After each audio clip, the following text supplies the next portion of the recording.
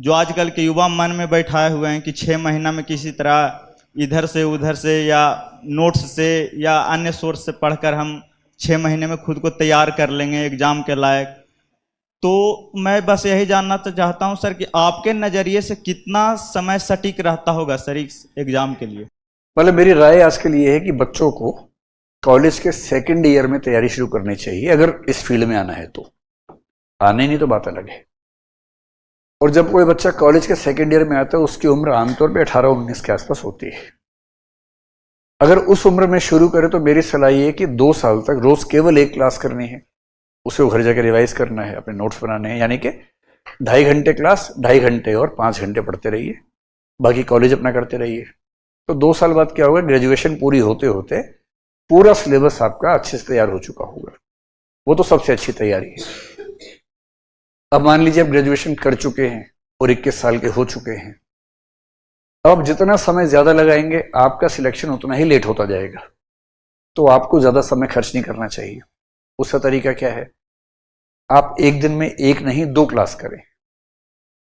एकदम शुरुआत में दिक्कत लगे तो 3-4 महीने तक 1 क्लास करें, रिदम बनाएं, लय बनाएं, और जब लगे कि हाँ अब मैनेज हो पाएगा 2 क्लास शुरू कर दें। 2 क्लास रोज अगर आप करते हैं तो यूपीएससी का पूरा सिलेबस, जिसमें सीसेट भी है, एसए भी है, ऑप्शनल भी है, जीएस भी है, 1.5 साल के आसपास समय चाहिए। रोज 2 क्लास करते हैं तो, पूरा सिलेबस करना है तो। सिलेक्टिव पढ़ना तो अलग बात है, हम तो पूरा सिलेबस करवाते हैं। तो 21 में शुरू किया, 22.5 तक तैयारी पूरी हो गई और आपने एग्जाम दे दिया। ये तरीका है। अब एक तीसरा तरीका भी है कि मान लीजिए 26 साल में आपको होश आया कि आईएएस का एग्जाम देना है, नौकरी में है, छुट्टी लेके आए हैं, टाइम है ही कम। इस बच्चे की खास बात यह है कि इसका मेंटल डेवलपमेंट अच्छा खासा हो चुका है, क्योंकि जॉब भी कर रहा है, उम्र भी ऐसी हो गई है। ये बच्चा शायद 6 से 8 महीने में पूरा सिलेबस कर लेगा। कैसे करेगा? आप जो भी बैच करेंगे हमारे, वो हाइब्रिड कोर्स है। हाइब्रिड का मतलब है कि ऑफलाइन तो है ही, ऑनलाइन भी आपको एक्सेस मिलेगा उसका, आपके फोन पे, लैपटॉप पे उसकी क्लास रहती है।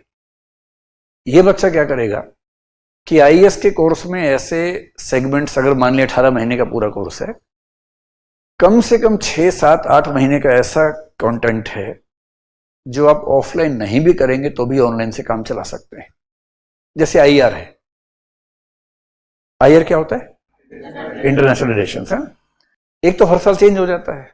अभी पढ़ भी लिया आपने, जब आप मेंस देंगे सारा चेंज हो चुका होगा और सवाल उसमें उसी साल वाले आते हैं।